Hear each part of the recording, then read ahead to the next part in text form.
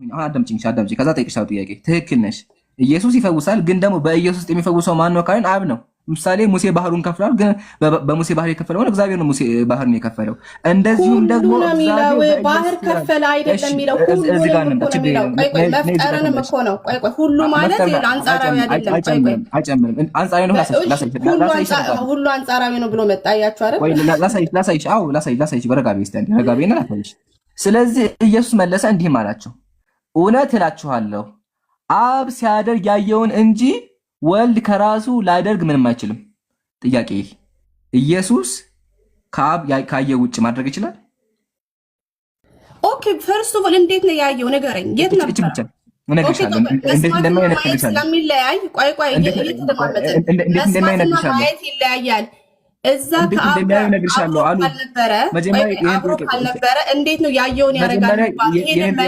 ካልመለስ የትማር ሄድም አያረል አይመልስልኝም እሺ መጀመሪያ ይሄን ጥያቄ መልሽልኝ መጀመሪያ ከዛ ወላሂ መልስልሻለሁ ችግር የለውም ወላሂ መልስልኝ የትኛው መልስልኝ የትኛው አዳምጪሽ መጀመሪያ ጥያቄውን እራሱ አልሰማሽም እኮ የትኛውን ትለኛለች ሰማ አብ ያደርግ ያለውን ሁሉ ወልድም ያረጋል የሚለውን የጠየቀው ልመልስ አንድ ጥያቄ እሱ አልነበረም አይሻ አታዳምጪ በጣም ያሳዝናል ጆሮሽን ይጠቀምሽ አይደለም አይ ሜሮን እሺ አሁን አዳምጪ እንደዚህ ቀጥል ፓኒክ አታርግስ ኦኬ ፓኒክ እያረክ ነው ችግር የለውም ፓኒክ ያክሻለሽ አንቺ ምክንያቱም ነቢያት ይሰማሉ ብቻ ነው የምትሉት እናንተ ነቢያት መስማት ብቻ ነው የምትሉት ኢየሱስ ግን እያየ ነው እያለ ነው እሺ ኧረ ኢየሱስ ቀጥል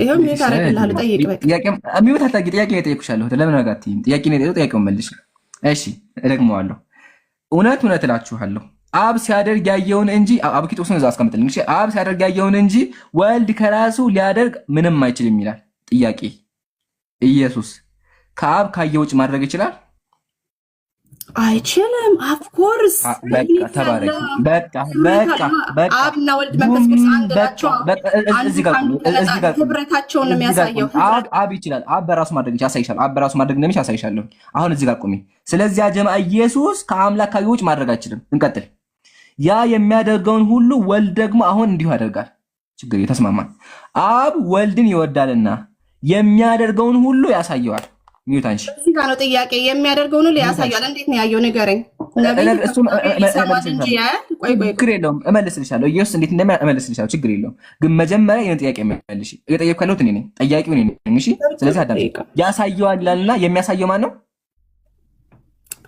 አብ አባቱ ልክ አባት አንተ ልጅህን እንደምታሳየው ማለት ነው በቃ ተባረክ በቃ ስለዚህ ሰምታችኋል ልጅ አባት ልጁን እንደሚያሳየው በቃ ስለዚህ ልጅ ደካማ ስለሆነ አባት ያሳየዋል ሃሌሉያ ደካማ ስለሆነ አይደለም በተፈጥሮ አንድ ናቸው እንቀጥል እናንተ ኦኬ አይ ምናል አፉ በለኝ እሺ ያሳየዋል ማለት እንደ ደስ እንዳይለሽ እሺ ሚሪ ማየት ማለት ይሄ ትምህርት ነው እሺ ምክንያቱም ዮሐንስ ወንጌል ምዕራፍ 14 ትምህርት ነው የሚታየው ላሳይሽ እኮ በጣም ይቅርታ መሀል ስለገባው በጣም ይቅርታ ግን አልገባም ዮሐንስ ወንጌል ምዕራፍ 14 ቁጥር ስንት ላይ መሰለ 7 ምናምን እስቲ ያርግልኝ አሳየትና ከዛ ወደ ጥቅሱ እንመለሳለን እሱ ማየትም ብቻ ነው የማወራው ኦኬ እኔም ብታውቁኝ ደግሞ አባቴን ባወቃችሁ ነበር አለ ከአሁንም ጀምራችሁ ታውቁታላችሁ አይታችሁትም አላለ አይታችሁታል ሲል አብን አይተውት ነው እዚህ ጋር ሜሪ አብን አይተውት ነው ስለዚህ ከፍ አድርገው ይላችሁ ከጥቅስ ወደ ጥቅስ ባንሰል ጥሩ ነው አይደለም ቆይ ቃል ላይ ነው እያወራን ያለን እኔም ብታውቁኝ አባቴን ደግሞ ባወቃችሁ ነበር አለ እሺ ከአሁንም ጀምራችሁ ታውቁታላችሁ አይታችሁትም አላለ አብን አይተውት ነው ራሱና ኢየሱስ ክርስቶስ አብን ኢየሱስ አብ ነው ኢየሱስ አብ ነው ያዩት አብን ነው አባቴን ነው ያለው እኮ አብን ያየ እኔን አየ አባቴን ነው የሚለው ቆይ አብን ያየ አብን አይተውት ነው ጥሩ አብን አየ ማለት አብን አየ ማለት ነው አብን አይተውት ነው ወይ እሺ እንደዛ ከሆነ አውጣልኝ ዮሐንስ ወንጌል አንዴ ይምሩዬ ላስቸግራው ነው ዮሐንስ ወንጌል ምዕራፍ 5 ቁጥር 46 አንዴ ችግር የለውም አንድ ጊዜ ችግር የለውም ዮሐንስ ሙሴን ብታምኑ እኔም ባመናችሁ ነበር አለ ምን ማለት ነው ሙሴ ስለሱ ስለሚናገር ኦብቪየስሊ አየሽ አየሽ አሁንም በቃና ሙሴ የምታምኑ ባመናችሁ የማየት የሚለውን ነገር ግን አልመለስክም። ስለ እምነት መጣ ነው እኮ አሁን እምነት ላይ ተመሳሳይ ነገር ነው። ለአሁን እዚህ ጋር ሙሴን ብታምኑ ማለት እኔን አመናችሁ ማለት ሙሴ የሚናገረው ኢየሱስ የተናገረው ራሱ ንግግሩ አይደለም። ተግባባ ምንድን ነው ማለት ነው? ስለሱ የተናገረው ነገር የሆነ ነገር አለ ነው። አሁን እዛ ጋርም ስንመለስ ወደኋላ ማየት የሚባለው ነገር በአጭሩ ሊትራል ማየት አይደለም። ተግባባ መስማት ነው። ምክንያቱም ከአብ እየሰማ ይናገር ነበር። ከአባቴ የሰማሁትን እያለ ነው ብዙ ጊዜ የሚናገረው። ስለዚህ ይህን ለማለት ነው። ይቅርታ ይምሩ ቀጥል። አፎን ተመሳሳይ ጥቅሶችን ከመጽሐፍ ቅዱስ ማሳየትም እንችላለን። ተጨማሪ ጥቅሶች ኢየሱስ አብን እንዳላየውና አብ እንዳልታየ ግን ደግሞ ኢየሱስ ከአብ እንደሚሰማ ከአብ እየሰማ እንደሚያይ ሲቀጥል ደግሞ ሐዋርያት ራሱ ኢየሱስ ያደረገው እንደሚያደርጉና እነሱ የሚያደርጉት ነገር ደግሞ ከአምላክ እንደሆነ ብዙ ሰዎች ማሳየት እንችላለን። አሁን ተመለሽ። እስካሁን ኢየሱስ አምላክ ነው ብለሻል፣ ግን ምንም ልታሳምኝ አልቻልሽም። ከአብርሃም በፊት አላልሽ፣ መታሁብሽ፣ አላቅም ተምሬ እመጣለኋልሽ። ከዛ በኋላ እዚህ ጋር ደግሞ ይሰራልሽ። የሰራው ደግሞ ከአምላክ ያየው እንደሆነ በራሱን ነገር መስራት እንደመቻል አሳይችሻለሁ። አሁን ሶስተኛ ጥቅስ ካለሽ አምጪ፣ ከሌለሽ ደግሞ ወደ ቀጣይ እንለፍ። ሶስተኛ ጥቅስ አለሽ? ቆይ ዳያሎግ እያደረግን ነው። እዚሁ አልጨረስኩኝም። እዚሁ ላይ ቁጥር 22 ላይ ነው ያለሁት። ቁጥር 21 ላይ አብ እንደሚያስነሳ እና ህይወት እንደሚሰጥ ልጁም ለሚፈልጋቸው ህይወት ይሰጣል ይላል። አስበው እንግዲህ አንድ ነቢይ አብ ህይወትን እንደሚሰጥ እሱም ህይወት ይሰጣል። ይኸውልህ ዳይሬክት ወርድ ማለት ነው። ህይወት መስጠት ደግሞ የእግዚአብሔር ስራ ነው። ስለዚህ ማለት ነው መስጠት ማለት ኢየሱስ አምላክ ነው። አለቅ። ኧረ ተይ እባክሽ። ህይወት መስጠት ማለት ሲጀመር ቆይ አንዴ አረዳዱን አልተረዳሽም። ህይወት መስጠት ማለት አይደለም። እሺ እኔ ከአብ ጋር እያወዳደርኩት ነው። ባይዘው ነገር የሰጠው አብ እንደሚሰጥ ስለ ህይወት አይደለም የሚያወራው። ወላሂ ተበልተሻል። ይጥቅስ ክርስቲያኑ ነሽ። እንደውም እኛ እንደሚያስነሳ እና ህይወት እንደሚሰጥ ህይወትን መስጠት አይደለም። በጣም አዝናለሁ። ጥቅሶቹን ሙሉ አንብቢ። ወላሂ እኔ አሁን አልገባም፣ ግን አውጣለት ቁጥር 21 እሺ፣ ችግር የለም 21 አውጣለት። እስከምታወጣ መጀመሪያ እንደሚሰጥ ህይወትም እንደሚሰጣቸው እንዲሞልዱ ለሚወዳቸው ህይወት ይሰጣቸዋል። ቀጥታ አረ ቆይ አንዴ ህይወት የተባለ እንደሆነ አሳይሻለሁ። ቆይ አንዴ ኢብሮስ ካው ጥቅስ ማውጣለት። ከሱ በፊት አንዴ መጀመሪያ ህይወት የሚለውን ስንነሳ ሚሮን ለኢየሱስ ህይወት የሰጠው ማን ነው? እዛ ጋር እግዚአብሔርን ሄድልሃለሁ ምን ማለት እንደሆነ ታውቃለህ? አሁን ህይወትን የሰጠው የሚለው ኢተርናል ጄኔሬሽን ነው። ቆይ ወልድ ከአብ ስለሚወጣ አሁን እዚህ ጋር አያደለ ስለ ኢተርናል ጄኔሬሽን ነው። ኢብሮ አያደለ ኢብሮ ራሱ መለሰችልኝ እሷ ራሷ አያ ኢተርናል ጄኔሬሽን አለች። በቃ ይኸውልሽ ህይወት መስጠት ማለት አንድ ጊዜ ኢምሩዬ አንዴ ጥቅስ ላይ ልስጥና ሜሪሻ እንረዳዳስ ችግር የለው። ሜሪሻዬ ዮሐንስ ወንጌል ምዕራፍ 12 ቁጥር 49 ላይ ሂድ እስቲ ኢምሩዬ። ሜሪሻ ምርጥ ሰው ነሽ። በነገርሽ ላይ ማዳመጥ ጀምረሻል። እየተግባባን እንኖራለን። እንደዚህ ከሆነ እኔ ከራሴ አልተናገርኩም። ቁጥር 50 እና ቁጥር 49 እኔ ከራሴ አልተናገርኩም፣ ነገር ግን የላከኝ አብ እሱ የምናገረውን ትእዛዝ ሰጠኛል። ቀጠለና ትእዛዙ የዘላለም ህይወት እንደሆነች አውቃለሁ። ትእዛዙ አየሽው፣ ያንን ትእዛዝ ነው የሚሰጠው። ስለዚህ በዚህ ትእዛዝ መሰረት ነው የዘላለም ህይወት የሚገኘው። ህይወት መስጠት ማለት ሊትራል ህይወት አይደለም።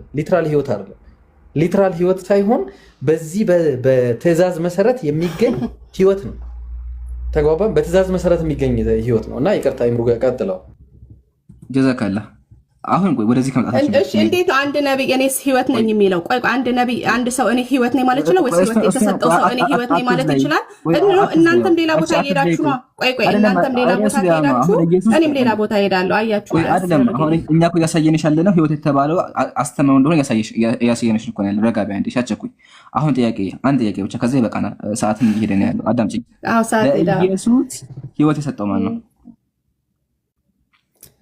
ቃል በቃ አሁን ዳይቨርት አድርጋል። ጥቅስ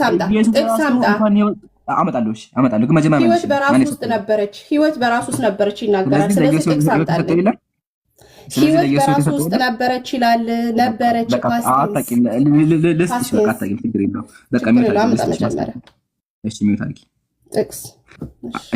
ልሰጥሽ እኮ ነው።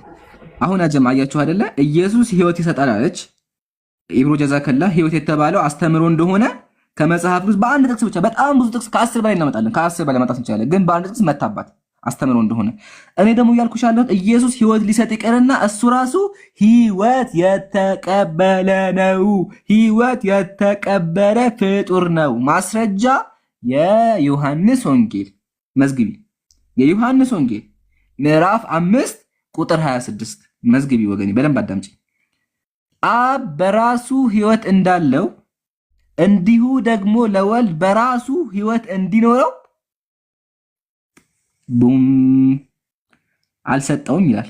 ሜሮን አሁን የተመለሽ ነይ ነይ ሚውታንሺ እሺ ዋትስአፕ እሺ አንድ ልሳን ቴሌግራም አይ ሀቢቢ ጥቅሱን አንብቢልኝ። አረ እንደዛ አይደለም ያልኩት ይምሩ ዋትስአፕ ስትል ቴሌግራም ነው ያልኳት። ኦኬ እኔ ደግሞ ዜና ላይክ መስሎኝ እሱ ላይ እሺ ችግር የለም። ዋትስአፕ ቴሌግራም ደስ ኢሞ እሺ ቀጥይ ሚሮን ጥቅሱን አንብቢልኝ አንዴ። እሺ የትኛውን ላንብብል? አነበብከው አይደል? ኦልሬዲ ልመልስ። ድገሚ ይደገም የእግዚአብሔር ቃል ይደገም ድገሚ አንዴ ይደገም የትኛው ልድገም? ችግር የለውም። ከላያለው እውነት እላችኋለሁ። ኦኬ እሺ በራሱ ህይወት እንዳለው እንዲሁ ለወልድ እንዲሁ ደግሞ ሙሉ አብ በራሱ ህይወት እንዳለው እንዲሁ ደግሞ ለወልድ ለራሱ ህይወት እንዲኖረው ሰጥቶታልና ይላል። ኦኬ ላስረዳ መልሱ ታዲያ ካላስረዳ ጥያቄ ሰጥቶታል። ሰጪው ማን ነው? ማስረዳት አለብኝ። ይሄ ነው እንዴት መልሳለህ መሰለህ? ቆይ በክርስቲያኖች አረዳድ መሰረት መረዳት ያለብህ። እሺ አዳምጣለሁ። እቺን ብቻ ሰጪው ማን ነው? ኢብራሂም በቃል መልስ በቃ ሰው ጠይቆ ሚውት አድርጎ መልስ ነው መስማት ያለበት። ኢማጂን ይኸውላችሁ ታዘቡ። አሁን ቁርአን ላይ መጥቼ እንደዚህ ባረግ ማለት ነው። ቆይ ቁርአን ላይ እንደዚህ ብናረግ ትቀበላላችሁ? አትቀበሉ። እንደው ላንቺ ሐዲሶችን አምጥቼ አንተ እንደምትጠይቀው በጠይቅ ትቀበለኛለህ? ሜሪሻ ምንድነው መሰለህ የሚለው ግን ጠይቅሻለሁ በኋላ ቀጥ ያስረጃው። አብ በራሱ ህይወት እንዳለው ልጅም በራሱ ህይወት እንዲኖሩ ሰጥቶታል ይላል። ስለዚህ ምን ማለት ነው? ሰጥቶታል ማለት ልጁ ተፈጥሯል ማለት አይደለም።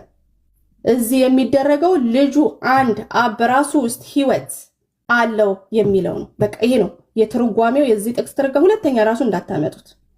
አብ ህይወት ያለው ነው፣ ልጁም በራሱ ህይወት ያለው ነው ማለት ነው። አለቀ። ዮሐንስ 5:26 ሌሎች ሰዎችም ለምትሰሙ ትርጉሙ ይሄ ነው። ትርጉሙ ኢየሱስ ክርስቶስ ራሱ ህይወት ነኝ ብሏል። ህይወት መሆን አይችልም። ነብይ ኦር ሰው ህይወት መሆን አይችልም። ባይዘወይ ህይወት አለኝ ይላል እንጂ እኛ ህይወት አለን ነው የምንለው። እኔ ሰርፕራይዝ ላስጥሽ ላርግሽ እኔ ልስጥሽ ምንም ሜሪሻ ግን ይሄንን ካመጣሁልሽ ግን ማለት ነው የምትይው አይመለከተኝም። እኔ አይ በአውዱ መሰረት እንፈታለን። የለም እርግጠኛ መጀመሪያ እርግጠኛ ሆኜ እስቲ አንዴ በአውዱ መሰረት እንፈታለን። ምንም ሰው ህይወት ነኝ እውነት ነኝ ማለት አይችልም። እውነት ልትሆን አትችልም። አንተ ቆይ አንዴ ችግር የለውም። ምን ማለት እንደሆነ እናስረዳሻለን። እሱ ላይ አይደለም ነው ያለ የለም። እኔ እምሩ ላወራ አይደለም ቪዲዮ አትዝጋሽ። ቪዲዮ እንዳዘጋ ላወራ አይደለም። እኔ ግን ይሄንን ነገር ካመጣው ይቆማል ሁሉ ነገር። እኔ ህይወት ነኝ ያለ ሰው ነብይ ማለት ህይወት የሆነ ነገር በራሱ እኔ ህይወት ነኝ በራሱ ህይወት የሆነ ነገር ሰው ነው የምታመጣልኝ። ነብይ ነው የምታመጣልኝ። ነብይ ነው ስላላችሁ ነብይ ያምጣልኝ። እኔ ህይወት ነኝ ያለ ነብይ እኮ ቆይ አይደለም ነብይ እኮ ጽድት ያለ እንዴ ነብይ እኮ ምን መነካሽ? ነብይ ያሉና አመጣልሻለሁ። ነብይ ያምጣ በቃ ነብይ ያሉና አመጣልሻለሁ። የፈለከው እሺ አይ ከመጣ እኔ አመጣልሻለሁ። ግን ከመጣ ይቆማል ውይይቱ ያልቃል። ሊቆም ይችላል እንዳልከው እንደ አይተን ፈተነው እንዴ እንደዚህ አይነት ነገር አለ እንዴ ብለህ እሺ ሜሪሻይ እኔ ዛፍ ማለት ያዝ ይቻላል። እኔ አንቺ ሰው ነው ያመጣሽው። አንቺ ሰው ነው ያመጣሽው። እኔ ዛፍ አመጣለሁ። ኦ ዛፍ ኦኬ። ዛፍ አይሆንማ አንዴ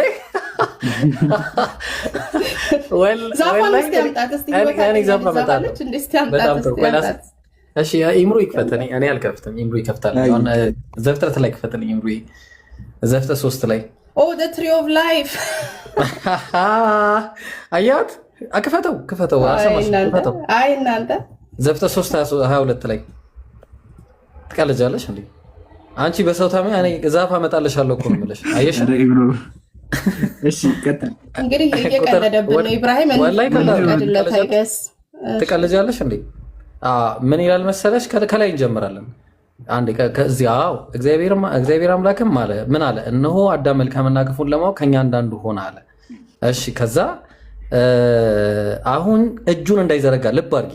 በራሱ ነው ህይወት የሚሰጠው ነገር ወቂ ኢንዲፔንደንት የሆነ ነገር ነው። እጁን ከዘረጋ ደግሞም ከህይወት ዛፍ ከበላ ለምን ዘላለም ይኖራል? አየሽ? ይሄን የዘላለም ዛፍ ከበላ በራሱ ኢንዲፔንደንት ስለሆነ ይህ ዛፍ ህይወት ሰጪ ነው። የሚገርምሽ ተቀባይ ራሱ አይደለም። የሚገርምሽ ተቀባይ ሆኖ አላገኘ ነው ይህ ዛፍ። ስለዚህ ለዘላለምም ህያው እንዳይሆንና እንዳይኖራል እንኳን ሰው ዛፍ አመጣንልሽ። ያው ስለዚህ ዛፉን አምላክ ነው በይው። ቀጥል ይምሩ። አይ ሜሮ ምን ትያለሽ? እዚህ ጋር አንድ ልስጥሽና ከዛ ይሄን ጥያቄ ትመልሻለሽ። ኦኬ ይሄ ህይወት ዛፍ የተባለው አሁን ያመጣው ተፈጥሯል አልተፈጠረም? እንደ ኢየሱስ ተፈጥሯል። ኢየሱስ ኖ ቆይ ፈርስት ኦፍ ኦል ፍጥረት ነው አይደለ? ጀስት ለስ እንደ ኢየሱስ ኖ እኔ ያለ እንደዛ አይነት ክሌም አላመጣም። ኢየሱስ በራሱ ህይወት እንዳለው ይላል። እንዳለው ኢየሱስ ፍጡር ነው ኦልሬዲ አንድ ህይወት ይኸውልህ፣ አንድ ሰው እኔ ህይወት ነኝ ካለ ህይወት ተሰጥቶ ልትል አትችልም። በምንም አይነት በምንም ማስረጃ ህይወት እንደተሰጠው እኮ እያሳየሁሽ ነው። ተመለሽ ወደኋላ። አሁን እዚህ ጋር አብራርተሻል፣ ግን ሜሮ እያዘንኩ ቢሆንም ቅድም ላብራራ ስትይ ማለት ነው ወላሂ የሆነ ነገር ልታወራለሽ ቢያስቤ ነበር። ግን ያወራሹ ነገር ራሱ አንድ አይገባ ቢገባም ደግሞ ያወዛግባል እንጂ ምን ነገር አላወራሽ እኮ እሺ በቃ ለመለስለት ለኢብሩ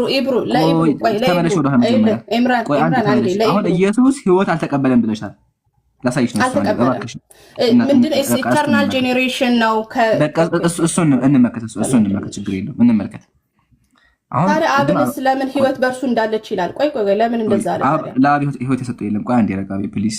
ሜሮን ቅድም አስረድተሻል። አሁን ደግሞ ተነገር ጠይቀሽ ቅድም ስታስረዳ አዳምጬሻለሁ። ስለዚህ ቃል እንደዚህ ይላል፣ አብ በራሱ ህይወት እንዳለው እንዲሁ ደግሞ ለወልድ በራሱ ህይወት እንዲኖረው ሰጥቶታል ይላል።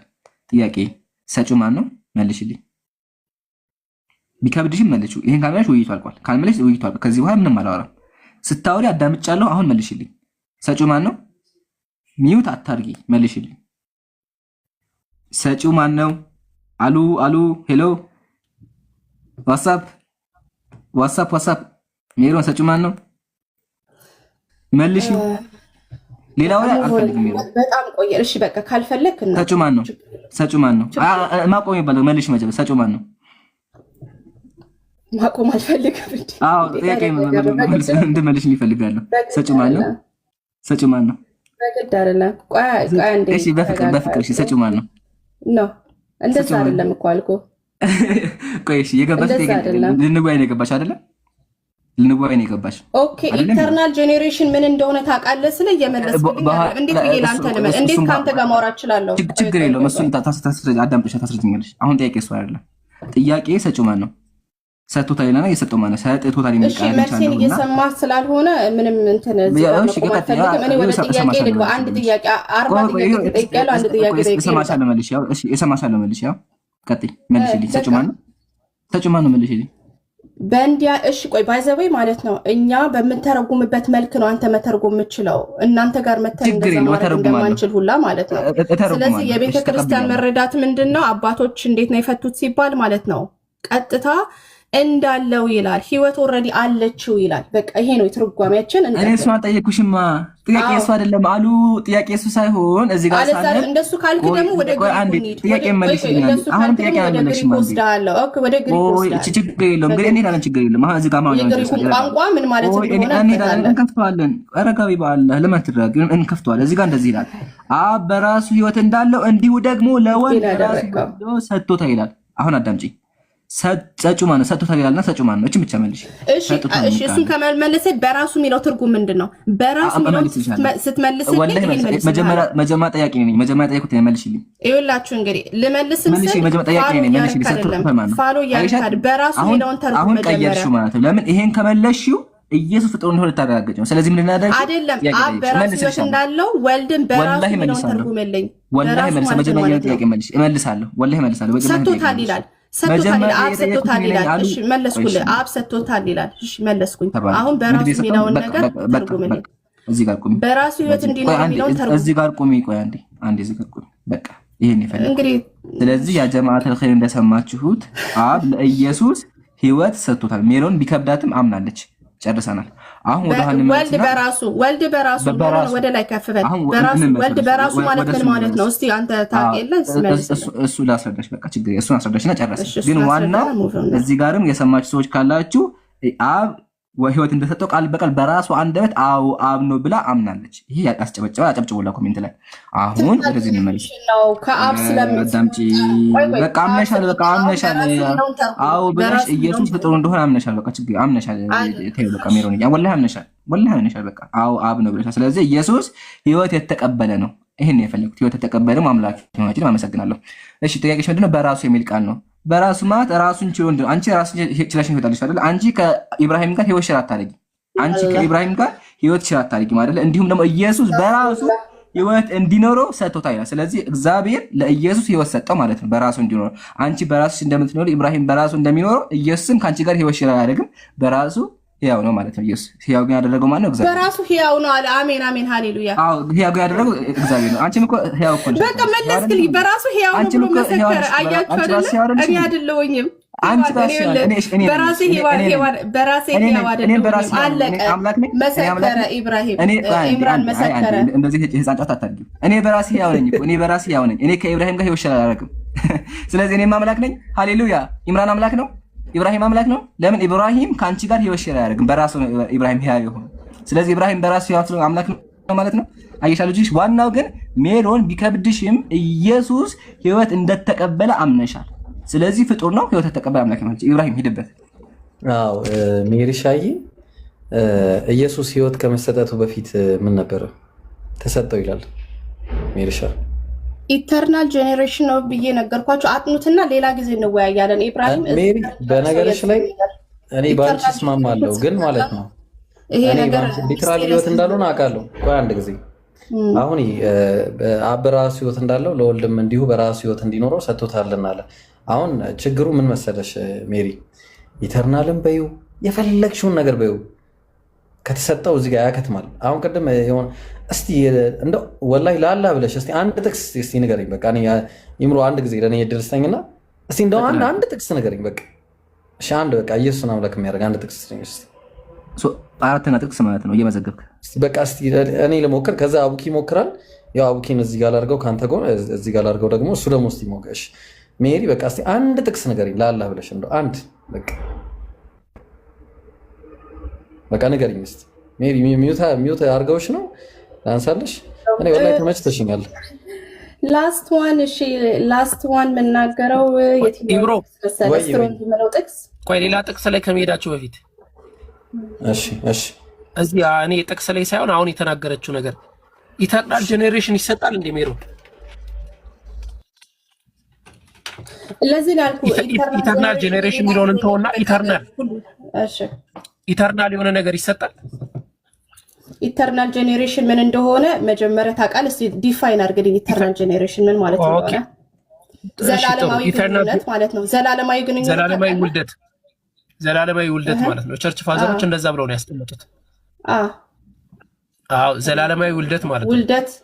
ውልደት መሆኑ አምናሽር በት ነው። እንደዛ ነው ዘላለማዊ ውልደት ወይ ደግሞ ዘላለማዊ ምንድነው? እንዴት መሰለሽ የሚገለጸው የሆነ ከአንድ ነገር ላይ እንዲህ እያለ መውጣት እንደማለት ነው። ያው ውልደት በሚል ነው የምንግባባው እኛ። እስቲ ዘላለም የሆነ ነገር እስቲ እንዴት እንደሚሰጥ ፊሎሶፊካሊ አንድ ማስረጃ ስጭንና ከኤብሮ ጋር በጥቅስ ዙሪያ አውሪ። አንድ ማስረጃ ብቻ ዘላለም የሆነ ነገር እስቲ ሲሰጥ አስቡት። ዘላለም ከሆነ እንዴት ይሰጣል? የተሰጠ ነገር ከሆነ ዘላለም አይደለም። ሊትራል ፐርፌክት ፎር ኤግዛምፕል ነው። ለምሳሌ ያው ከጊዜ አኳያ ፀሐይ አለች አይደል? ፎር ኤግዛምፕል ፀሐይ ዘላለም አይደለም። ቆይ አንዴ እሷን አይደለም ሳስረዳ ተቀበለኝ። ከሷ ውስጥ እሷ ዳይሬክትሊ ስትወጣ አብሯት የሚወጣ ሙቀትና ብርሃን አለ አይደለ? አትችልም። ፀሐይ በወጣች ጊዜ ሁሉ አሁን ይህንን የምታስረጅኝ ስለ ስላሴ ብጠይቅሽ ነው። አሁን እኔ ያልኩሽ ዘላለማዊ የሆነ ነገር እንዴት ሲሰጥ በምሳሌ ስጭኝ ያልኩሽ። ዘላለማዊ ነው ነገርየው ተሰጥቷል። ደግሞ እንዴት ነው የሚሆነው? ለምሳሌ ይሄ በምን ላስረዳሽ? ይሄ መጽሐፍ ለምሳሌ እዚህ ፊት ለፊት አሁን ይሄ መጽሐፍ አለ።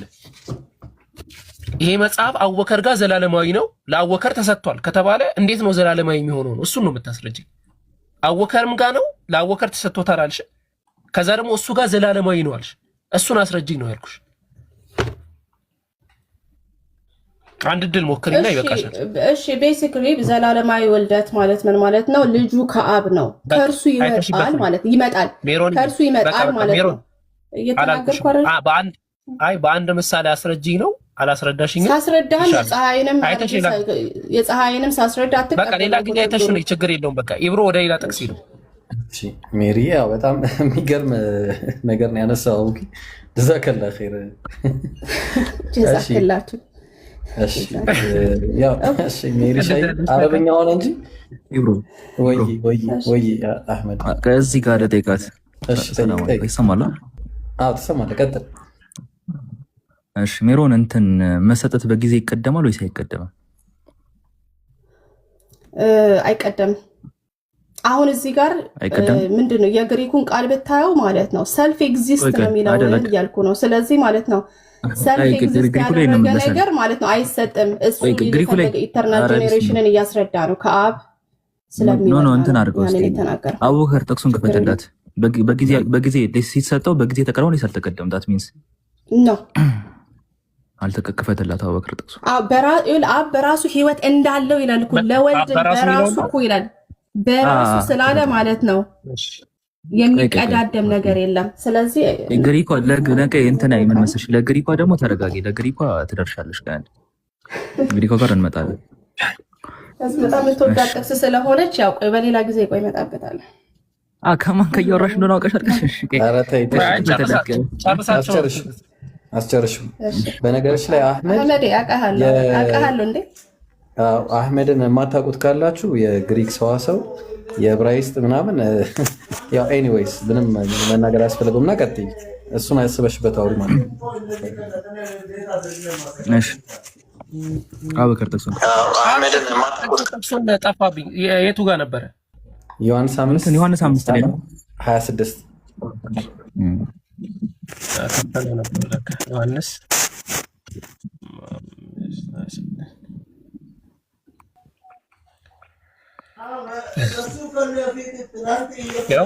ኢምራን ሄደ። እሺ እዚህ ዝም በእንትከታች ወረደ በይና ማለት ነው ሚሮን የሰው ልጅም ስለሆነ ይፈርድ ዘንድ ስልጣን ሰጠው ይላል።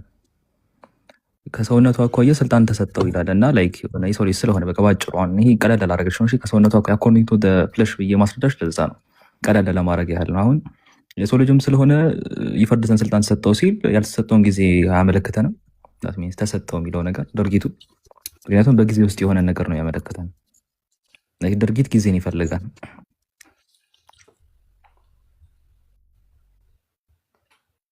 ሚሮን እሺ አህመድ ይገባኛል የምጠይቀው ጥያቄ ግን ሁለትን ነገር እንዳናረገው ዮሐንስ 5:27 ላይ ታዲ እኩል አድርገናል። ስትሪት ኧረ በፈጣሪ ስትሪት ፎርዋርድ ነው መልሽ። ስትሪት ፎርዋርድ ቀለል አድርገሽ መልሹ። የሰው ልጅም ስለሆነ ይፈርድ ዘንድ ስልጣን ተሰጠው ሲል ለተሰጠውን ጊዜ እንዳለ ያመለክተናል።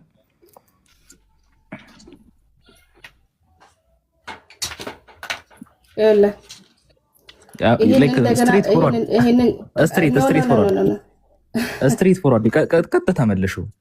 የሰው ልጅም ስለሆነ ይፈርድ ዘንድ ስልጣን ተሰጠው ይላል። ያልተሰጠው ጊዜን ያመለክታል ወይስ አያመለክትም?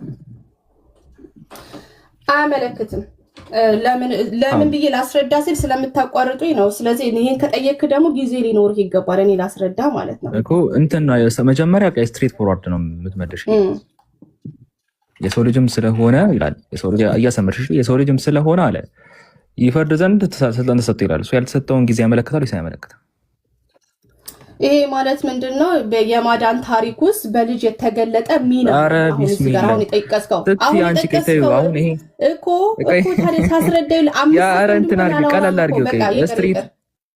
ስትሪት ፎርዋርድ ለምን ይቀራል? ስትሪት ፎርዋርድ ቀለል አድርገሽ መለሹ።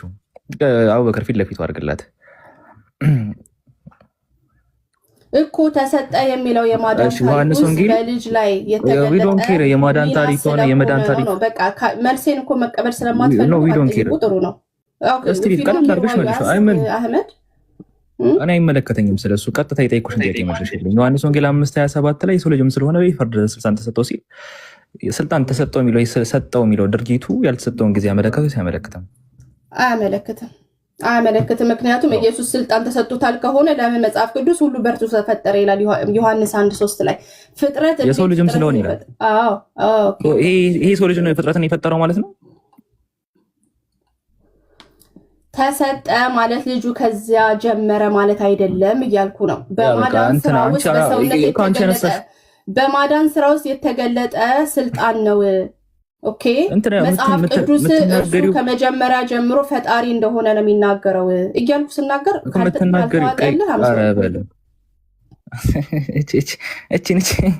እቺን ነገር ደህና ነገር ብታወሪ ብትጠቀሚ ጥሩ ነው። ደህና ነገር አላወራሽም። ራስሽ ነው መቃብር እየቆፈርሽ የነበረው። እንዴት እንደነገረ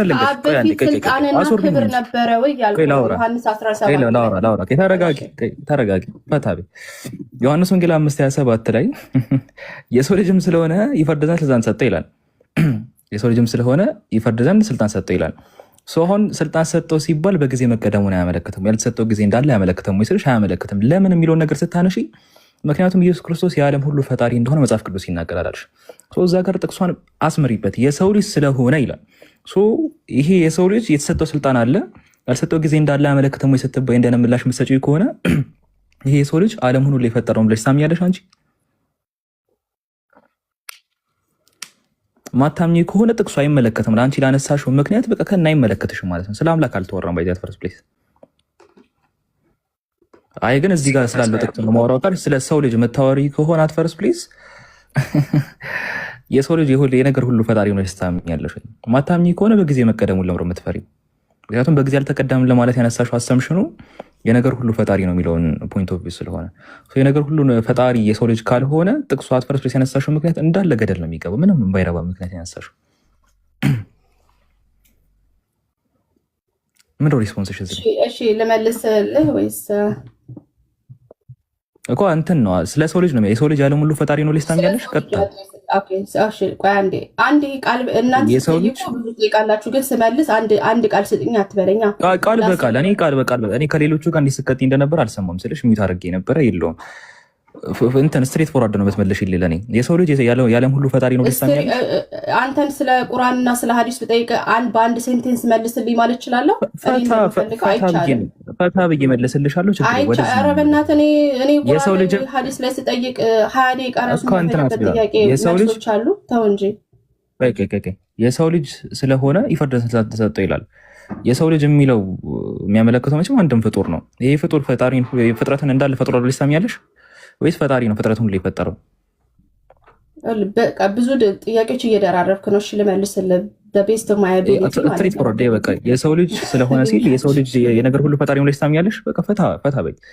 ቀላል ነው እኮ የሰው ልጅ ለምን እንደተባለ ታውቃለህ? እንደውም እዛው ላይ ላድርግልህ። ለምንድን ነው የሰው ልጅ ከሰው ስለመወለድ ነው? ከሰው ስለመወለድ አይደለም። ይሄ እኮ ነው ችግሩ። አይደለም እኮ ላስረዳ። ለዚህ ነው ላስረዳ ስልህ ስላላወቅከው ነው። የሰው ልጅ ለምን ምንም ሲጀመር ማለት የሰው ልጅ መጀመሪያ ይኸውልህ፣ እንደውም አህመድ የሰው ልጅ የተባለው ስያሜ ከየት መጣ? ዝም ብሎ ነው የመጣው? ዝም ብሎ ነው የሰው ልጅ የተባለው? የሰው ልጅ አምላክን ይወክላል።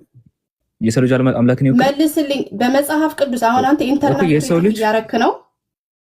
የሰው ልጅ አምላክን ይወክላል። የሰው ልጅ የተባለው ለምንድን ነው? ኢየሱስ ክርስቶስ ዊዶን ኬር ምን አገባን? አይመለከተንም። ታዲያ ፊዶን ኬር ለምን ትጠይቀኛለህ አህመድ? እኮ አንቺ ቀጥታ ስጠይቃችሁ ኬር ስላደረገኝ ነው የእናንተ ነገር ስለሚገኝ አንድ ሰው ማለት ነው ፈርስ ሁ ኢብሮ መጥቶ 1 ሲደመር 1 2 ነው ወይ ሲልሽ እስኪ 4 ሲደመር 4 ሲባዛ 4 ስንት ነው ትይዋለሽ? በቃ አይመለከተኝም ካለሽ ታዲያ 1 ሲደመር 1 እንዴት ይሄ መንፈሳዊ ነገር ነው። ይሄ ሂሳብ አይደለም። ቆይ ኧረ እባክሽን ሴትዮ ቆይ ሁለት የተለያየ ሀሳብ ነው ያነሳሽ ያለሽ። አሁን እኔ የሰው ልጅ ሲል ፍጡርን ነው የሚወክለው ወይስ አይደለም? አት ፈርስት ፕሌስ እኮ አልኩ አይደለም ብዬ እኮ ነውም አይደለም ለማለት መጀመሪያ የሰው ልጅ የሚባለውን ስያሜ ከየት እንደመጣ ሳጣክ ስትጠይቅ በቃ ቀለል አድርጊው። ኦኬ እሺ ልናገር። በቃ ቀለል አድርጊውና ምንም አንድ ደቂቃ ያስፈልግ ስትሬት ፎርዋርድ። የሰው ልጅ ሲባል ፍጡር ነው ፈጣሪ ነው የሚወክለው? ይቅር በቃሽ። ምላሽ ከሌለሽ በዛት ፈልስ ምላሽ የለኝ። ምላሽማ ስላለኝ ነው እኮ አንድ ደቂቃ ስጠኝ ስል እኮ ካለሽ የሰው ልጅ አምላክን ነው ወይስ ሰውን ነው የሚወክለው እኮ? እሱ ከየት እንደመጣ እንኳን ትንቢቱን እንኳን አላወቅም አህመድ። ቪዶን ኬር አሁንም እሱ ጋር ትንቢቱን ለምትይው ነገር ሰምታችኋል ወገኖች። ሂዶን ኬር ለምን ኢየሱስ ክርስቶስ የሰው ልጅ እንደተባለ የሰው ልጅ የሚባለው ስያሜ ከየት እንደመጣ እኮ የሰው ልጅ ጨረስን። አመሰግናለሁ እኮ የሰው ልጅ አምላክ ነው ወይስ ሰው ነው የሚወክለው? ሜሮን ስቲል ምላሽ አለሽ ለዚህ? ይሄን ጥያቄ አጠይቀኝም ነበረ። የሰው ልጅ የተባለው ስያሜ ከየት እንደመጣ ብሉኪ እኮ ለመልስልስል ደግሞ ሚዩት አድርግና ስማኝ።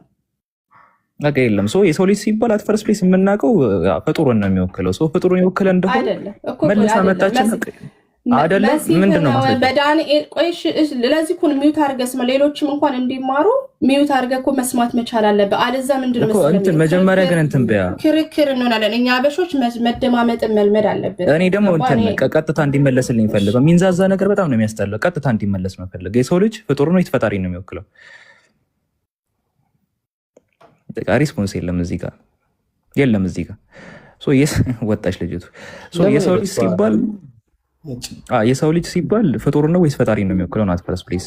የሰው ልጅ ተብሎ ፈጣሪ የለም። ባይዘ የሰው ልጅ ተብሎ ፈጣሪ የለም። እሺ የሰው ልጅ ሲባል ፍጡር ነው የሚወክለው። ስለዚህ ፍጡር ነው የምናወራው። ሄደችና ምን አለች? ስልጣን ተሰጥቶ ሲባል በጊዜ ይቀደማል ካለን ፈጣሪ አለመሆኑን ሊያሳይ የሚችለው የነገር ሁሉ ፈጣሪ ተባለና ስልጣን ተሰጥቶ ሲባል ይጋጭብኛል። ስለዚህ በዚህ በመጽሐፍ ቅዱስ የተነገረው በቃ ጉድጓዶ ነው የሚታያት። እዚህ ጋር የቱ ጋር ነው የምበላው የሚለው ነው የሚታያት። ስልጣን ተሰጠው ሲባል ስልጣን የተሰጠውን አምላክ እንትን አልልም ነው ማሰብ ማገናዘብ አልችልም። እሱ አምላክ ስለሆነ የሰው ልጅ ስለሆነ የፍርድ ስልጣን ተሰጠው ሲል በጊዜ መቀደሙ ነው የማያሳየኝ አምላክ ስለሆነ ነው አለች። እንደዛ ከሆነ መለስ ስንበል መጀመሪያ ላይ የሰው ልጅ ሲባል ፍጡር ነው ወይስ ፈጣሪ ነው? ፍጡር የሆነ እንደሆነ ይሄ አካል ፍጡር የነገር ሁሉ ፈጣሪ ነው ብለሽ ታስቢያለሽ ወይ ነው? ይሄን ሁሉ ፈጥሮን አንብለሽ የገለሽው አካል የሰው ልጅ ተብሏል እዚህ ጋር እና ፍጡር የነገር ሁሉ ፈጣሪ ነው ብለሽ ታስቢያለሽ ወይ ስትባይ የለሽም። የሰው ልጅ ተብሎ ፈጣሪ ያለ ካልሽ እስቲ አንድ ጥቅስ ጥቀሽ። ወጣሽ ልጅቱ። በቃ ቀጥታ መለሱ እዚህ ጋር ቀጥ የምትሸሹበትን ሀሳብ አትፈልጉ። ባይዜ እኛ የሰው ልጅ ተብሎ አምላክ ፈጣሪ ያሳያችሁና እንትን ቀላል አድርጉትና ሪስፖንስ ስጡ። የሰው ልጅ ተብሎ አምላክ አለው ፍጡር ነው የምናውቀው። ይሄ ፍጡር የነገር ሁሉ ፈጣሪ ነው የሚባለውን አሳምሽን በዚህ ጋር ይመታል ማለት ነው። በቃ አለቀ። እሺ ቀጥሉ ሌሎቻችሁ። ወደ ቀጣይ ከማለታችን በፊት ማለት ነው ኡስታዝን ሰላም እንበልና ኡስታዝ ሰላም አለይኩም ወራህመቱላህ። ኡስታዙና ሰላም አለይኩም ኢብራሂም። ወአለይኩም ሰላም ወራህመቱላህ። ያላችሁ ሰላም ወራህመቱላህ ወበረካቱ። ኡስታዝ ሁላችሁንም ሰላም ብያለሁ። ይቅርታ እንዳላቆረፍደው የምታወሩትን የነበረውን መቀጠል ትችላላችሁ። ሰላም ካልኳችሁ ይበቃችኋል። ኢንሻአላህ ሀሳብ ካለ ኡስታዝ ቀጥልበት በዛው ኢንሻአላህ። አይ ምን እያወራችሁ እንዳላረገ ልክ እንደገባው ቀለብከኝ ኢብራሂም እና ገባው እንጂ ከታችሁኝ ለማዳመጥ ነው። መጀመሪያ ምን እያወሩ ነው ለማለት እና ላዳምጣችሁና ያላችሁ ፖይንት አይቼ ሀሳብ ሰጣለሁ ኢንሻአላህ። እሺ ኢንሻአላህ። ኢምሩ ሀሳብ ካለ ቀጥልና እስከዛ እኔ ሰው አስገቡ ሰው ኢንሻአላህ። በቂ ነው። ዳንኤል 8:17 መጥቀስ ፈልጋ ነው ልል ነበር። ያው ግን እሱም አስፈላጊ አይደለም። እሷ ዳንኤል 8:17 ላይ የሰው ልጅ ይላልና ስለዚህ እሱን ጥቅስ ለመጠቀም ፈልጋ ነው። ግን የአህመድ ጥያቄ እሷ ነበር። የአህመድ ጥያቄ የሰው ልጅ የሚለው ቃል የሚያሳየው ኢየሱስ ሰው እንደሆነና አባቱም ሰው እንደሆነ የሚያሳየው ስለዚህ ፍጡር እንደሆነ ይገልጻል ነው የአህመድ ሀሳብ። ወይም ደግሞ አምላክን አይወክልም ነበረ። ይህን ጥያቄ ለመልሰው አልቻላችም። ቀጥሉ።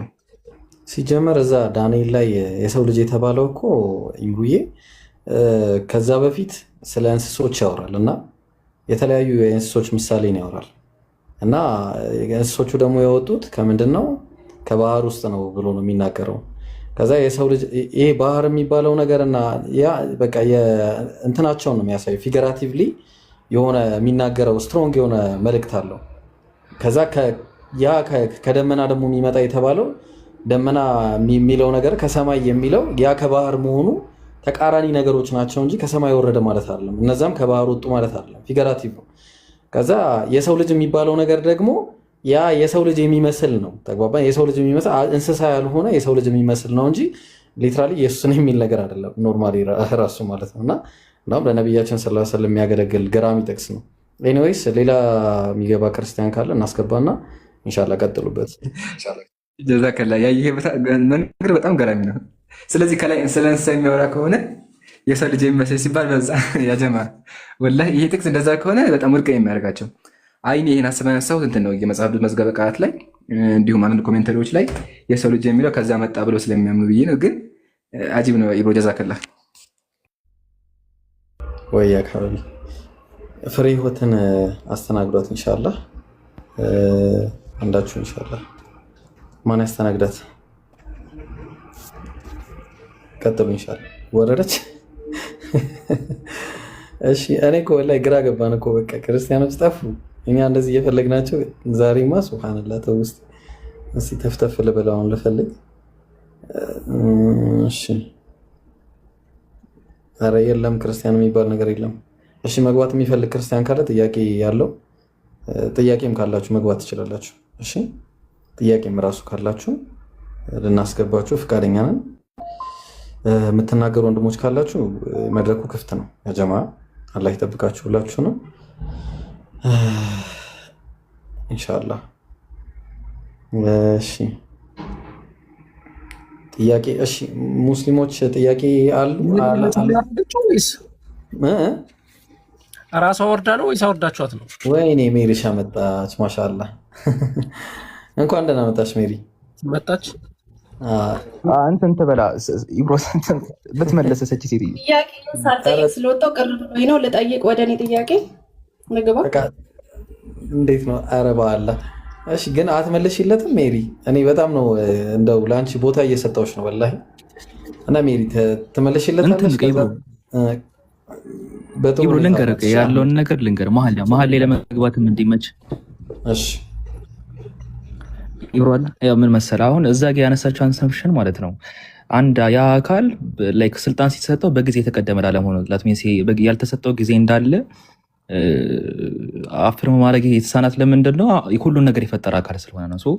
ሁሉን ነገር የፈጠረ አካል በኋላ ስልጣን ተሰጠው የሚባለው ነገር ከጭንቅላቴ ጋር ስለሚጋጭብኝ በዛ ምክንያት ነው አለች። ያንን አስቀመጠች፣ ያንን አሰፈረች። እንደዛ ከሆነ ራሱ እዛው ጥቅሱ ነው የሚመታሽ ነው ያልኳት። እዛው ጥቅሱ የሰው ልጅ እያለ ስለ ፍጡር ያወራል ነው። ያ ፍጡር ስልጣን ተሰጠው ነው የሚለው። በቃ የሰው ልጅ ስልጣን ተሰጠው። የሰው ልጅ እየሰማችሁ ነው ከታች ያላችሁ ሰዎች፣ የሰው ልጅ ስልጣን ተሰጠው ነው የሚለው። እየሰማችሁ ከታች በደንብ አስተውሉ። የሰው ልጅ ስልጣን ተሰጠው።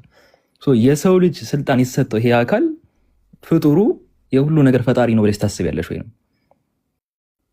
ካላሰብሽ ምንድን ነው የተሳነሽ? በጊዜ የተቀደመ ላለመሆኑ ምንድን ነው ማስረጃሽ? እስቲል ያነሳሽው እዛ ጋር ምክንያቱ ይመታል ማለት ነው። እዛ ጋር ለማለት የሰው ልጅ 15 ሰከንድ ስጠኝ ነው ኮኒኮ ችግር ግን እንትን ነው መጀመሪያ አሁን 15ም ላይክ ሰዓታትን በሞላ ማለት ነው። ሰዓታትን በሞላ ትወስጃለሽ አንቺ። ስትሬት ፎርዋርድ መልሽ መጀመሪያ ፈርስት ፕሊዝ። የሰው ልጅ ሲባል ፍጡር ነው ወይስ ፈጣሪ ነው የሚወክለው? የሰው ልጅ የፍጡር ልጅ ሲባል ፍጡር ነው ወይስ ፈጣሪ ነው የሚወክለው? ፐርፌክት። በመጽሐፍ ቅዱስ ደረጃ የሰው ልጅ ሲባል ምን እንደሆነ ላስረዳ እኮ ኦር ደግሞ በአንድ ቀጥታ መልሽ መጀመሪያ አድርጋ የሰው ልጅ ሲባል በመጽሐፍ ቅዱስ ምን ማለት ነው የሚለው መጀመሪያ መልሽ። ፍጡር ነው ወይስ ፈጣሪ ነው የሚወክለው እኮ እሱን እንዴት እንደሆነ በመጽሐፍ ቅዱስ ልንገር። እኛ ጋር እኮ ምላሽ የለውም። አትፈረስ ስትሬት ፎርዋርድ ምላሽ የለም። የሰው ልጅ ምን ማለት እንደሆነ ፐርፐዝ አለው እያልኩ ነው። አንተ ግን ልታስወራኝ ፈቃደኛ አይደለም። በጣም ይገርማል። ፍጡርን ነው ወይስ ፈጣሪ ነው ሊወክል የሚችለው ይሄ ቃል? አህመድ እኮ አንተ አንድ ጊዜ ታደርግና ታውራ፣ እንደፈለገችው ታውራ፣ ችግር የለውም። እንትን ታርክ ቀጥይ። አዎ ሰው በዮሐንስ 5:27 ስልጣን ተሰጠው ይላል። ምክንያቱም እርሱ የሰው ልጅ ነው፣ ግን ተራ ሰው አይደለም።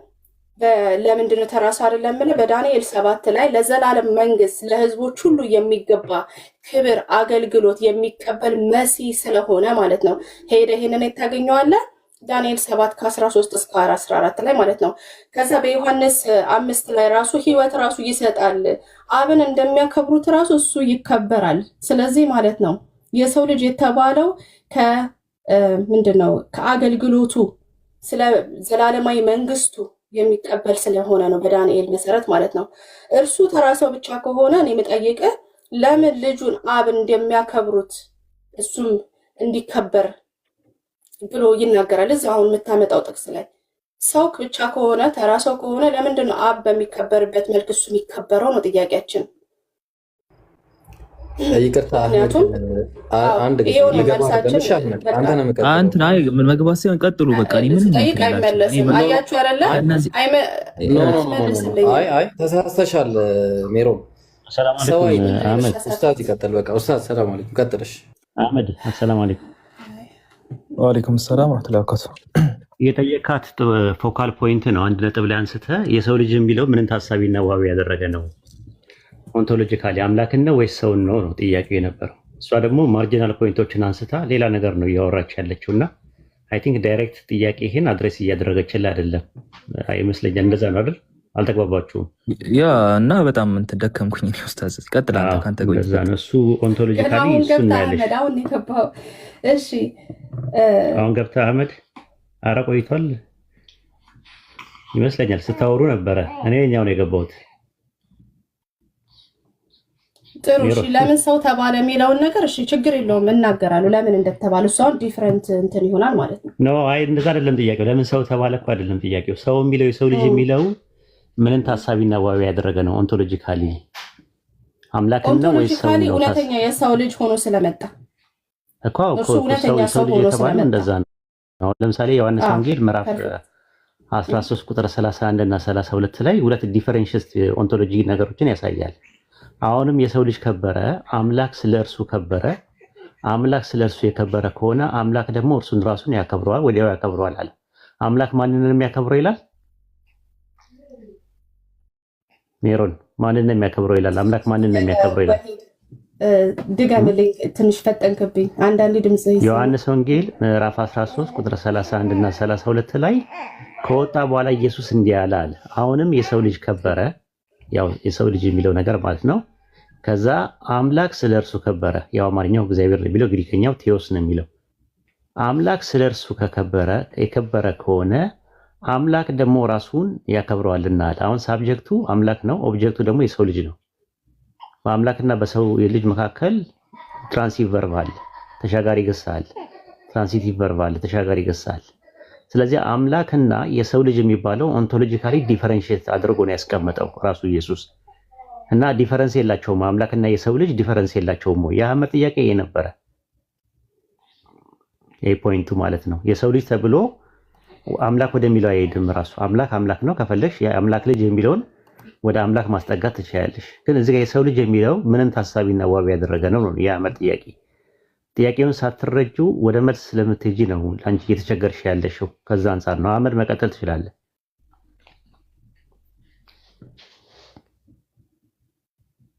እሺ ያው ደከመኝ ብሏል። ግን ያው የሰው ልጅ የተባለው ሁለት ምክንያት አለ ለማለት ነው። የዳንኤል 7ንም አንስቻለሁ። ሁለተኛ ነገር ደግሞ እርሱ እውነተኛ ሰው ስለሆነ የተራበ፣ የተጠማ፣ የተሰቃየ ሰዎችን ሁሉ የሚወክል ስለሆነ የሰው ልጅ አህመድ በማለት የሰው ልጅ ነው የሚለው ወይስ የሰው ልጅ የሚመስል ነው የሚለው? ከይቅርታ ጋር እሱ ራእይ ነው ያዩ ስላየ ነው የሰው ልጅ የሚመስል ያለው ስለ ራእይ ስላየ ነው። አንድ ያዥልኝ። እሺ ጥሩ። እሺ ለምንድን ነው እንደዚህ ያለው ታውቂያለሽ? እዚህ ጋር ከመጀመሪያ ሲናገር አራትም ታላላቅ አራዊት ይላል። ይታይሻል ላይ አራዊት። እነዚህ አራዊት የተባሉት ንጉሶቹ አራዊት ናቸው ማለት ነው። የሚነሱት አራዊቶች አራቱ ነገስታት ቆይ ገብቶኛል። አራቱ ነገስታት አራዊት ናቸው ማለት ነው። ሲምባሊክ ነው አራዊት የሚባለው። ቀኖች ሲባል ሰዎች ሲምባሊክ ነው። በጣም ጥሩ። ስለዚህ አሁን የአራዊቶቹን ደግሞ ምን አረገ ሲናገር እንግዲህ አሁን እየተናገረ ነው። ከአራዊት ደግሞ ለየት ያለ ነገር ሲመጣ ከዛ ምን የሚመስል አየው አለ። መለየት አለበታ ከዚህ ገብቶሻል። ሰው የሚመስል ደግሞ አየው አለ። የሚመስል ነው ያየው። ሲጀመር የሚመስል ነው እንጂ የሰው ልጅ አየው አላለም። የሚመስል አየው ነው ያለው። ተግባባን። ይሁንና አሁን ያንቺ ሙግት አያስኬድም። አንደኛ ምክንያቱም ኢየሱስ ነው ብለሽ ከሄድሽ ትልቅ ችግር ውስጥ ነው የምትገቢው። ምክንያቱም አይሁድ ማን ነው ሮማውያን አራተኛ መንግስት ሮም ነው። የአራተኛ የሮም መንግስት ደግሞ ኢየሱስን አጥፍቶታል። ለኢየሱስ ነው ማለት አችን ፎልስ ምን ይሆናል? ፎልስ ፕሮፌሲ ሆኖ ቁጭ ይላል። ፎልስ ፕሮፌሲ ሆኖ ቁጭ የሚለው ተግባባ። ምክንያቱም አራተኛው የሮም መንግስት ነው። የሮም መንግስት ደግሞ ኢየሱስን ገለውታል። ተግባባ። ስለዚህ የማይሆን ነገር ነው። አሁን መጀመሪያ የተጠየቀው እኔ አሁን አንድ ጥያቄ ኢየሱስ አምላክ ነው ለሚል አንድ ጥቅስ አምጪ ነው። በቃ አሁን ቅድም የተባለው አህመድ አንዴ ይግባና እቺ ነገር ይጨርስ። ቆይ ከአንቺ ጋር መጀመሪያ ግን እቺ ነገር እንድታርሚ ስለፈለኩ ነው። እዚህ ጋር አራዊት ስለተባለ አራዊት ናቸው ማለት እንዳልሆነ ነው። ፐርፌክት። እኔ ልመልስ እዚህ ጋር እናንተ ልመልስ። ኦኬ። በዳንኤል መጽሐፍ ላይ አራዊቶቹን ዳንኤል ተርጉሟቸዋል። ምን ብሎ እነዚህ አራዊቶች መንግስታት እንደሆኑ እራሱ ተናግሯል። ቁጥር 16 እስከ 18 ማለት ነው። ይሄ የሰው ልጅ ቆይ ልጨርስ።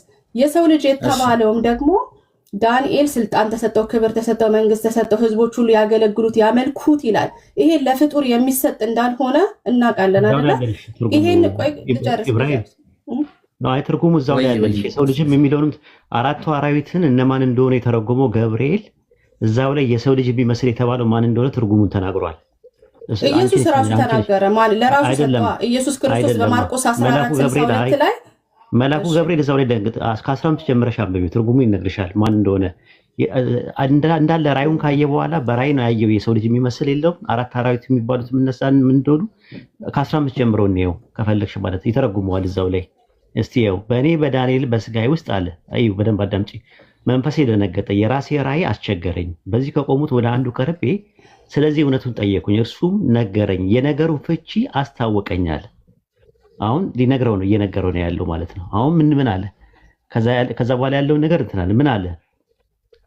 ቁጥር እንትን ላይ እዛው ላይ አንብብለት 17 እነዚህ አራቱ ታላላቅ አራዊቶች ከምድር የሚነሳው አራት ነገስታት ናቸው።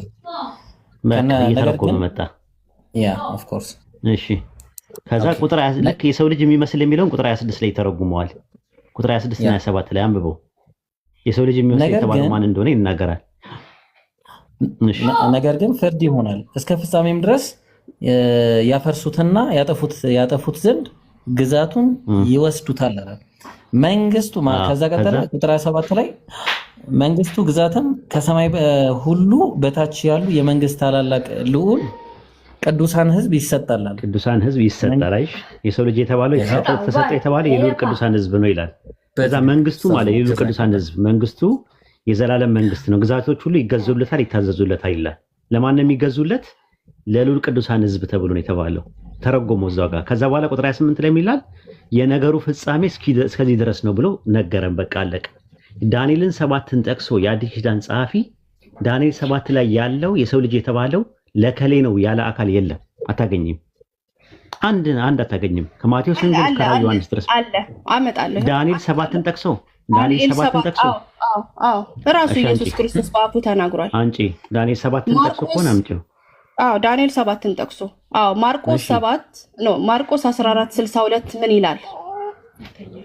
የሰው ልጅ በኃይል ቀኝ ተቀምጦ በደመና ላይ ሲመጣ ታያላችሁ። ኦኬ የሰው ልጅ ዳንኤል 7 ላይ አላለም። ዳንኤል 7 ላይ አላለም። ዳንኤል 7 ማለት አለበት በደመና ዳንኤል 7 ምን ይላል? በደመና ላይ የሚቀመጥ ኢየሱስ ብቻ አይደለም፣ መልአክም ይቀመጣል በደመና ላይ እኮ። ራዕይ 14:14 ላይ አውጣላት። በደመና ላይ የሚቀመጥ መልአክም ይቀመጣል። ራሱ የሰው ልጅ የሚመስል የተባለ እንደው መልአክ ነው፣ ሌላ መልአክ መጥቶ ነው የሚለው። ራዕይ 14:13 አውጣላት። እሺ በአብ ቀኝ የሚቀመጥ አለ መልአክ አለ። በሰማይ ደመና ነው የሚለው። አሁን በሰማይ ደመና ተቀምጦ ነው የተባለው። አሁን የተባለው በደመና የተቀመጠ ኢየሱስ ብቻ አይደለም፣ የሰው ልጅም የተባለው ኢየሱስ ብቻ አይደለም። ይኸው መጀመሪያ ዳንኤል ራዕይ 14:13 ላይ ያው ተዝሮ ላንብበው ወይስ አንብበው? እሺ ከሰማይም እኛ ቀኝ ብለን ምን ተረጉሙ የእግዚአብሔር ስልጣን ነው ባይዘወይና አይዶል ስለ ቀኝ አይደለም እናወራ፣ ስለ ደመና ነው እያወራን ያለነው። አሁን ጥቅስ ግን በቀኝም ተብሏል። ያው መዝሙረ ዳዊትንም ጠቅሷል። ስለዚህ ሌላ ቦታ አትይጂ። ይኸውልሽ 14 ላይ አየውም እነሆ ነጭ ደመና በደመና ላይ የሰው ልጅ የሚመስል ተቀምጧል፣ በራሱም ላይ የወርቅ አክሊል በእጁ ስለታም ማጭድ ነበረው። ሌላም መልአክ ከመቅደሱ ወጥቶ አለ። ይሄ መልአክ ነው 14 ላይ ያለው መልአክ ነው። ግን ሌላ መልአክ ወጣ፣ በደመና ላይ ለተቀመጠው የማጨድ ሰዓት ስለደረሰ ማጨድን ስደድና አጨድ፣ የምድሪቱን መከር ጠውልጓል ብሎ በታላቅ ድምፅ ጮኸ ይላል። አንደኛው መልአክ ለአንደኛው መልአክ ይነግረዋል። ስለዚህ 14 ላይ ነጭ ደመና በደመና ላይ የሰው ልጅ የሚመስል ተቀምጧል የተባለው መልአክ ነው። አንድ ሰሟን የሆነ መልአክ ማለት ነው። ኤንጀሊክ ኔቸር ያለው ማለት ነው። አሁን ፖይንታችን እሱ አይደለም ጥያቄው። ከዳንኤል ምዕራፍ 7 ላይ ቁጥር 13 እና 14 ላይ የሰው ልጅ የተባለው በዳንኤል ላይ የተጻፈው የሰው ልጅ የተባለው መሲሁ ነው ወይም ኢየሱስ ነው ብሎ ያለ የአዲስ ኪዳን ጸሐፊ አንድ ጥቀሽን የተባልሽው እንጂ ኢየሱስ በደመና ላይ ይቀመጣል የሚለው አይደል። በደመና ላይ የሚቀመጥ አማኞችን በደመና ላይ ተቀምጠው እንደሚነጠቁ አንደኛ ተሰሎንቄ 4:17 ላይ ይናገራል።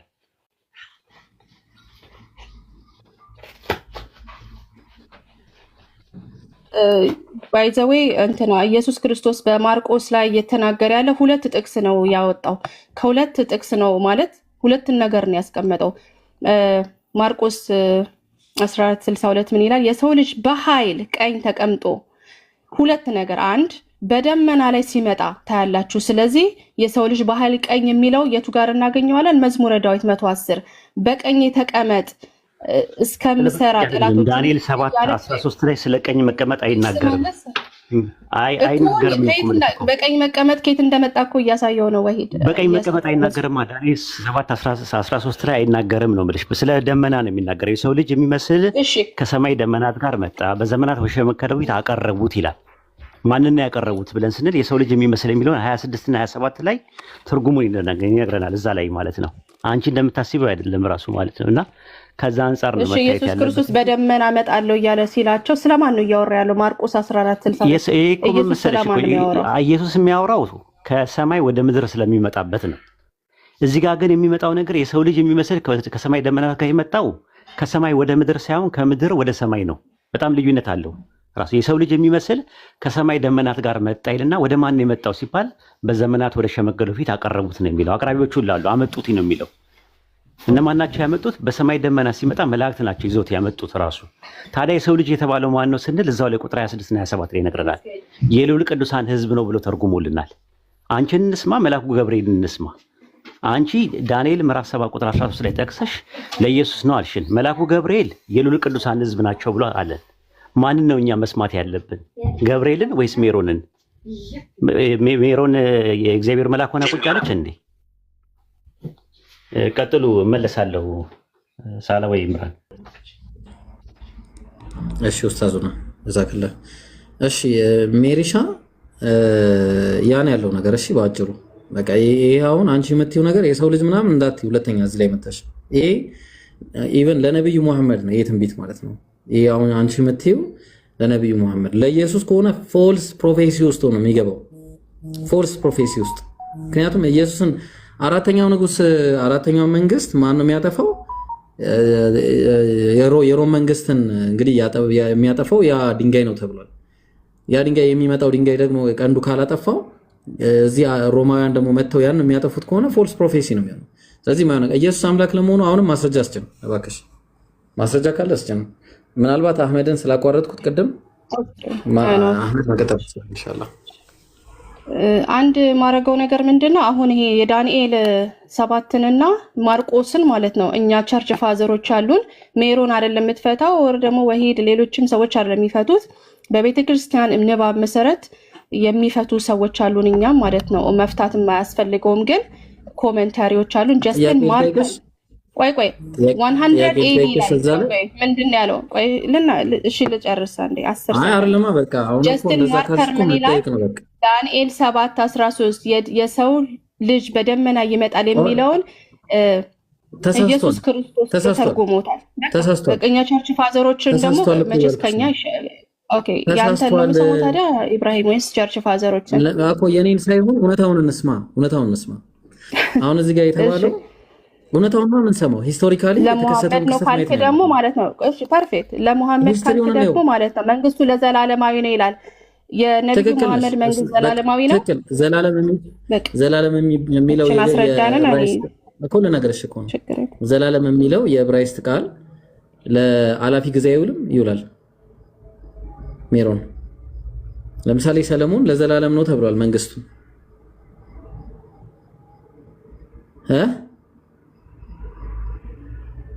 ሜሮን ብሌንደር አትስራ። ሁለት የማይገናኙ ነገሮችን አውሮችን ምን ማለት ነው? ቃል እኮ ነው። መንግስቱ ዘላለማዊ ነው አለ። መንግስታቸው ዘላለማዊ ነበር ወይስ ደግሞ በ20 በ30 ዓመት ውስጥ ያለቀ ነው ወይ ነው? መንግስት እየነገርኩሽ እኮ ነው። እሱ ነው እየነገርኩሽ ያለው። ዘላለም የሚለው የዕብራይስጥ ቃል ግዴታ ዘላለም ለሚል ብቻ ነው የሚመጣው እንደዛ ነው ንገረኝ። ኧረ ሌትስ ቢ ኦነስት። ኧረ በእግዚአብሔር ይዣችኋለሁ እንዴ ሌትስ ቢ ኦነስት አይደለም። ቆይ እንየው አንድ ጊዜ መጀመሪያ አንድ ዘላለም ላይ ከመምጣታችን በፊት እንየው እስቲ። መጀመሪያ ክራይስት ኪንግደም ነበር አይደለ? ሜሪ ክራይስት ኪንግደም ነበር መጀመሪያ። ከዛ በኋላ ዲቪዥን ኦፍ ሮም መቼ ነው የተካሄደው? 395 ኤዲ ላይ ነው አይደለ? ኢስት እና ዌስት ተብሎ የተከፈለው ነው። በጣም ጥሩ። ይሄን ደግሞ ዳርካዋል ሮሞችን ቆይ ያንተ ሐሳብ ምንድነው? ኮንከር ስላደረጉ ሮሞችን ሙስሊሞች ችግር የለውም። አንቺ ነሽ የምትነግረኝ። ታይ ኮንከር ምናምን ታዩ አንድ ጊዜ አንቺ ትመጫለሽ። ይሄ ዲቪዥን ዳንኤል 2 ላይ ተቀምጧል አልተቀመጠም? መልስ መልሽልኝ። እሺ አሁን ዲቪዥኑ ሮም ላይ ከመግባታችን በፊት በእግዚአብሔር ይዣለሁ ለነብዩ መሐመድ ነው ብለህ ካመጣ ዲቤት እናርግና አንቺ ትያለሽ እኔ አይደለም አንቺ ትያለሽ። አሁን እኔ ጥያቄ ጠይቅሻለሁ ከዛ በኋላ አንቺ ትመልሽ። ኦብጀክሽንሽን አንቺ ጠይቂያለሽ። እሺ እንደ ሰው ልጅ የሚመስል በሰማይ መጥተዋል። እሺ ቆይ ከሰማይ መጥተዋል። ከሰማይ ማለት ከባህር ነው። ወደ ሮም ከመግባታችን በፊት ማለት ነው። እንስሶቹ ከባህር ነው የወጡት። እንስሶቹ ከባህር ነው። ዳንኤል እሺ እነዛ ንጉሶች ከባህር ነው የወጡት። ቆይ እነዛ ንጉሶች ከባህር ነው የወጡት። ንጉሶቹ ከባህር ነው የወጡት ወይ ንገረኝ። ፊገራቲቭ ነው እንዴ? ምን ሆነሽ ነው እንዴ? እሺ ኡስታዝ ልታወራ ነበር። ኡስታዙና አፎን ዋላ እንተነ ሆታ አረገችኝ። ቀጥል ኡስታዙና አፎን።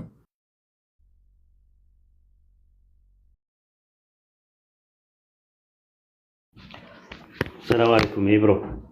ወአለይኩም ሰላም ኡስታዙና።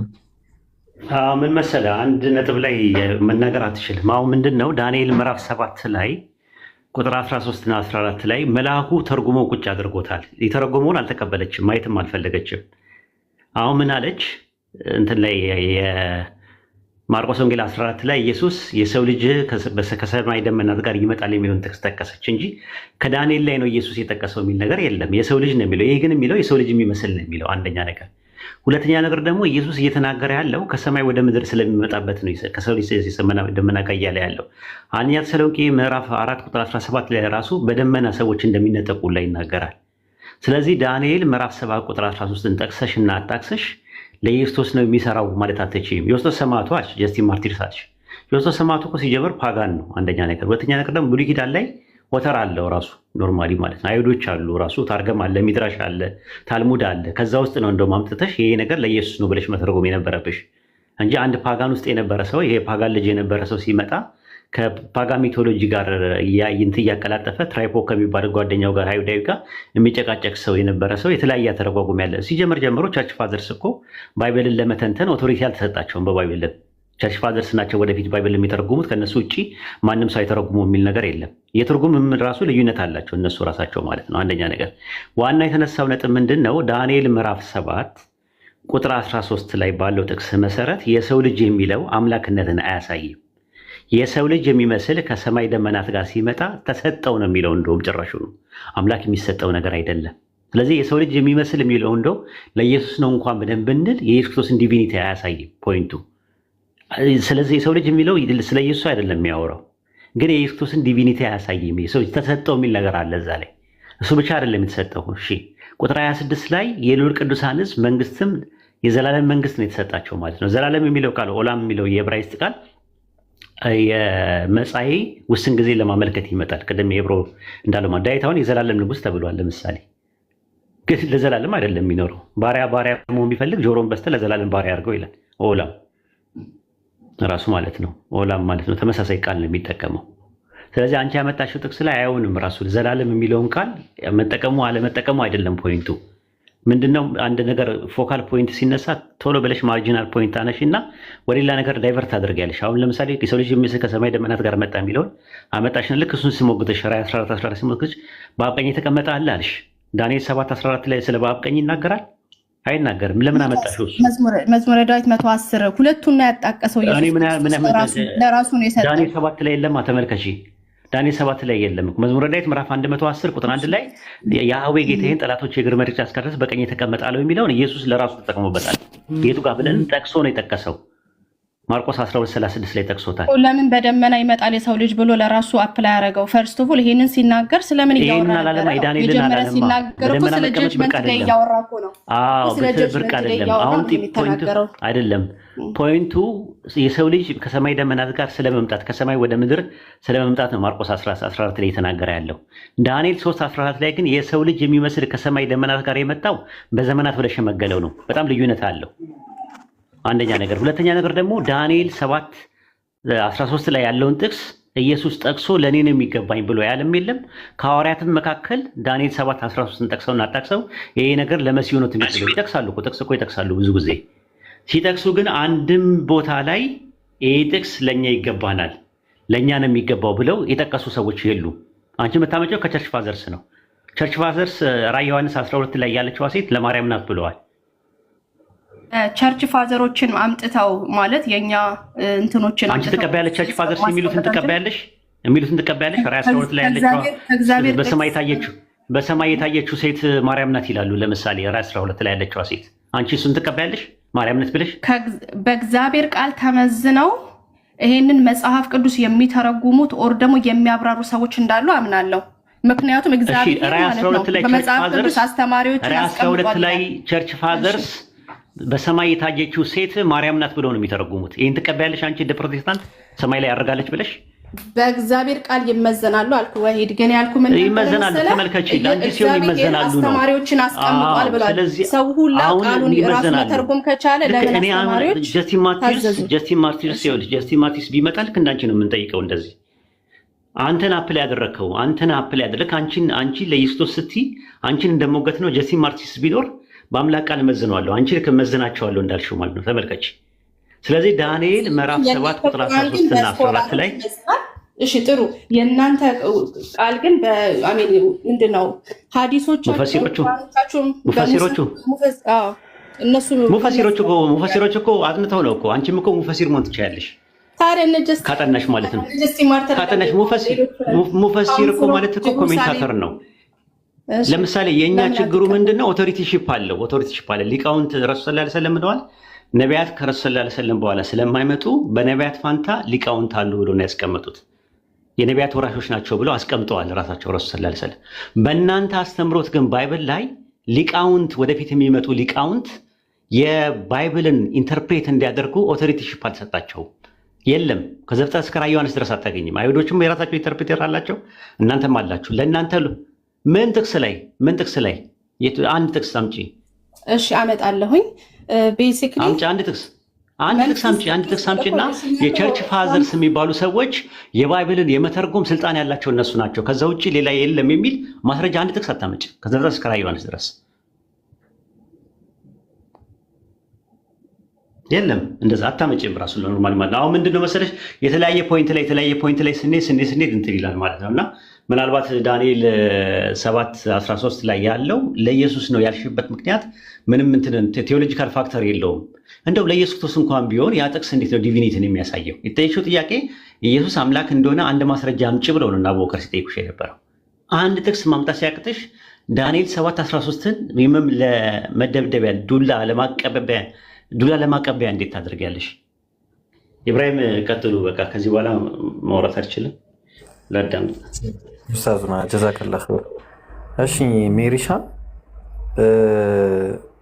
አይ ቲንክ ጃ አለ። ሰላም አለይኩም ጃ ረጅም ሰዓት ማውራት ፈልገህ ነበር። ወአለይኩም ሰላም። ቀጥል እስቲ። ችግር የለውም። 5 ደቂቃ ስጡኝና 5 ደቂቃ ከሜሪ ጋር አውርቼ እለቅላችኋለሁ። አጭር ሜሪ ያለሽ እንዴ? አሁን በተነሳው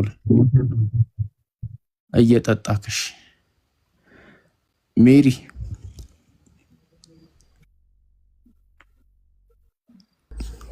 ትላንትና እግዚአብሔር ምንድነው የሚስጠይቃት አልመልስም አለች። ለምን እንደሆነ ትላንትና እያወራን ነበርና እግዚአብሔር ምንድነው ስላት አምላክ ነው ማለት ከበዳት። ለምን እንደሆነ እንጂ እና ከቻልሽ ሜሪ ተመለሽ። 5 ደቂቃ ነው ከኔ ጋር ምን ቆይ ትገባ ይሆን? ምናልባት ካልገባች እስቲ የምትገባ አይመስለኝም።